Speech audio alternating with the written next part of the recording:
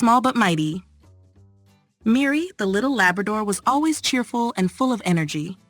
With her shiny yellow fur and big brown eyes, she was a real sweetheart. But in puppy school, she often felt very small and intimidated. The other Labrador puppies were all bigger and stronger than she was. They laughed at her size and constantly teased her. "You're so tiny. Are you sure you're a real Labrador?" they often called.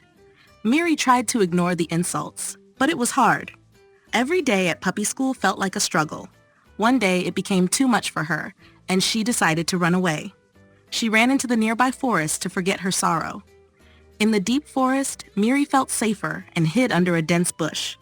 Her heart was pounding, and tears ran down her face. Suddenly, she heard a rustling sound and lifted her head. In front of her stood a young dog with white fur and a black nose. "Why are you so sad?" the dog asked gently. Miri told him about the other puppies and how they always teased her.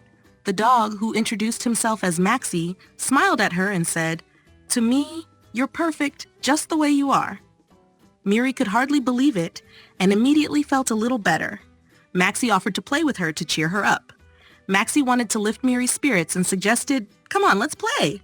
Miri hesitated for a moment, but then agreed, and the two started frolicking through the forest. Maxi marveled at how fast and agile Miri was. She raced through the trees, jumped over branches, and dodged obstacles as if it were the easiest thing in the world. "Wow, you're really fast, Miri," Maxi called out, impressed. Miri beamed with joy at the compliment. For the first time, she didn't feel small and weak, but strong and special. Maxi and Miri played together all afternoon, and Miri forgot all her worries. While they played, they discovered a large puddle in the middle of the forest. Maxi stopped abruptly and backed away. "Oh no, water!" he cried out, frightened. Miri laughed and asked, "Are you afraid of water?" Maxi nodded shyly. "Yes, I don't like getting wet." Miri, who had no fear of water, jumped into the puddle and splashed Maxi. Maxi jumped back and shouted, "Hey, that was mean!" Miri laughed and said, "Come on, it was just for fun."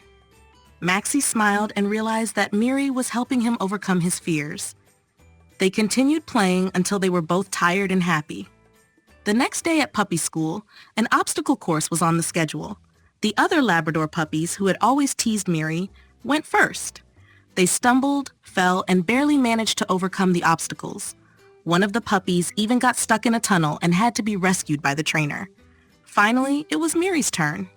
She remembered Maxi's words and felt brave. Taking a deep breath, she ran off. She dashed through the course at record speed, jumped over obstacles, and raced around corners like a lightning bolt. The other puppies were astonished and had to change their opinion of Miri. They realized it had been wrong to tease her about her size. "We're sorry, Miri," they said, ashamed.